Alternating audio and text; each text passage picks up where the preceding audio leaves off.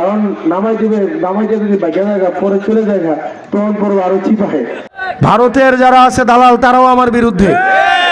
আপনি আমার পক্ষে ভোট দিবেন কি দিবেন না এটা বোঝার কি এর থেকে আর বারো উপায় আছে? সব খারাপ মানুষ একসাথে হইতেছে, সব খারাপ মানুষ একসাথে, কারণ তার পেট বন্ধ হয়ে যাবে, ধান্দা বন্ধ হয়ে যাবে। আমি বিশ্বাস করি আমার মা বোনেরা এখানে যারা আছেন, আমার কাকা কাকিরা যারা আছেন, আমার জ্যাঠারা যারা আছেন, আপনার এনসিপির রাজনীতি সাপলাকলির রাজনীতি করার দরকার নাই। ইনসাফের পক্ষে যারা আছে তাদের পক্ষে আপনার লড়াইটা থাকুক। আমরা পারবো না ডেলি 10টা মানুষের কাছে যাইতে পারবো না। ভোট এর একবার দিলে আর 20টা বছরের আনন্দ দিত না।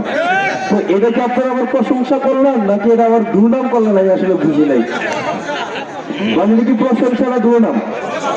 একটা আছে না যে এক ফুটের বউ বিয়ে করবো, আপনাদের এই যে চাওয়া প্রত্যাশায় এখনো পর্যন্ত দেবিদ্বারের মানুষের কাছে আমাকে রাখছে। তো আমাদের চূড়ান্ত সফলতা 12 তারিখ, সেটা যদি সফল হতে চাই আপনাদের আরো কিছু কাজ করতে হবে। আপনাদের আজকে হচ্ছে 6 তারিখ, আর সময় আছে কয়দিন? 5 দিন। কয়দিন?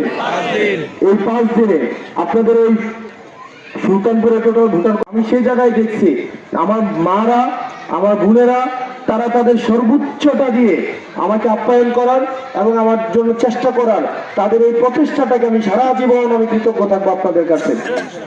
এবার আমার মনে হয় না যে অন্য কোনো সময় আমার যেহেতু অভিজ্ঞতা নেই, আপনাদের অভিজ্ঞতা এভাবে আসছে কিনা আমি জানি না, আপনাদের স্বতঃস্ফূর্ত ভাবে আমি জানি না। এটা আমি আমার কাছে মনে হচ্ছে এটা প্রথমবার এক্সট্রা অর্ডিনারি যে নারীরা নিজ থেকে এসে আমাকে তার প্রত্যাশা জানায়।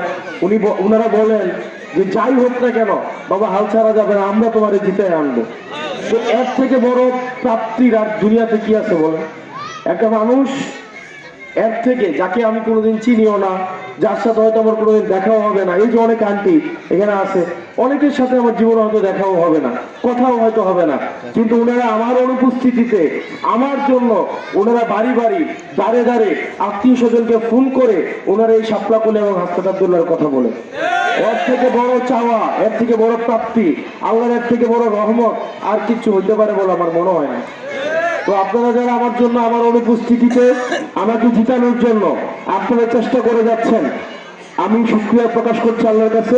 আলহামদুলিল্লাহ, ইনশাল্লাহ আমাদের আগামী 12 তারিখ আপনাদের এই প্রচেষ্টার, আপনাদের এই চেষ্টার চূড়ান্ত ফলাফল আমরা ইনশাল্লাহ পাবো। এখন নামাই দিবে, নামাই দিয়ে যদি বাইকে জায়গা পরে চলে যায় তখন পরে আরো চিপাহে। তো এটা অনেকে একটু বার চাইছে, বার চাওয়া পর্যন্ত নাকি এটার বিপক্ষে তারা অবস্থান নিচ্ছে। তারা ভালো করেই জানে এই কাজটা আমার দেওয়া হবে, তারা কিন্তু অস্বীকার করে না, তারা এটা ভালো করেই জানে এই কাজটা আমার দেওয়া হবে। তারাও এটা জানে যে মাদক বন্ধ হয়ে যাবে, তারা এটা জানে যে আমি যখন আসবো সুদ বন্ধ হয়ে যাবে, চাঁদাবাজি বন্ধ হয়ে যাবে, ধান্দাবাজি বন্ধ হয়ে যাবে। এটা তারা জানে, এটা জানে বলেই তারা আমার বিরোধিতা করতেছে। কারণ তাদের পেশায় হচ্ছে চাঁদাবাজি, তাদের পেশায় হচ্ছে ধান্দাবাজি, তাদের পেশায় হচ্ছে মানুষের জিম্মি করে অর্থ আদায় করা। তারা যখন দেখলো যে এই তাদের পেশার মধ্যে এখন টান পড়তেছে, তখন এমন আমার বিরোধিতা শুরু করলো যেটা হাস্যকর। যাই হোক, আমরা আল্লাহর কাছে দোয়া করি তাদেরকে আল্লাহ হেদায়েত দিক, তাদেরকে আল্লাহ হেদায়েত দিক, তাদেরকে হেদায়েত দিক।